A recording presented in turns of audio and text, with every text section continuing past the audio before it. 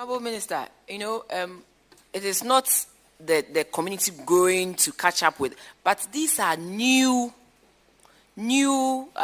filling stations and new gas stations being constructed in the heart of very thick residential areas, and it's a bit scary.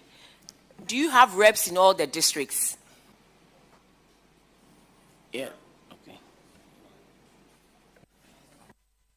So let's admit that this is a very strong observation you have made, and it came up in one of our discussions when the Minister for Lands and Natural Resources was asked to have an oversight responsibility, and we had an engagement with them. This issue came up, and on record, we've seen a lot of filling stations springing up over the last 1.5 years. I mean, especially between 2023 to 2024, and some of the places where they are sited, honestly, are risk-prone areas.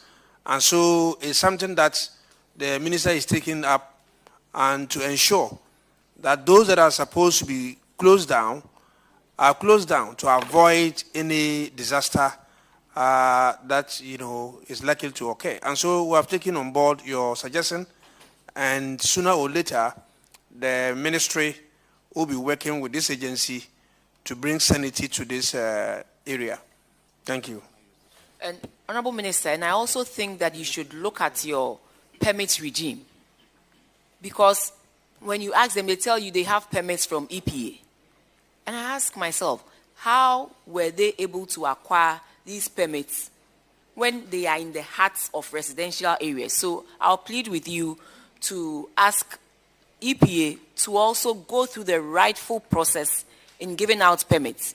Because if you go ahead and give me permits, and I invest so much in putting up a filling station or a gas station, and later you come back to revoke, then one may ask, what made you give it to me in the first place? So I'll ask that EPA also follows due process and make sure before they grant these permits, they do all the necessary checks. Thank you very much.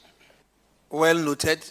And let me also use this opportunity to appeal to all of us Ghanaians to also be mindful of the fact that when these filling stations are sited at wrong places, the risk is on all of us.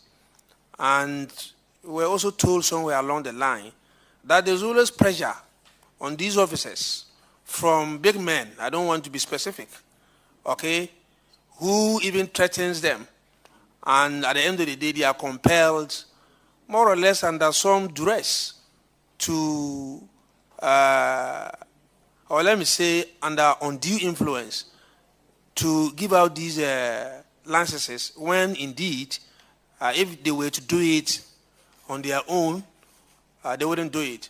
And so on behalf of the minister, I want to use this platform, and on behalf of the agency, to appeal to all those who want to do business in these areas to be mindful of the fact that if you use any undue process to get it, you are only posing a risk to all of us.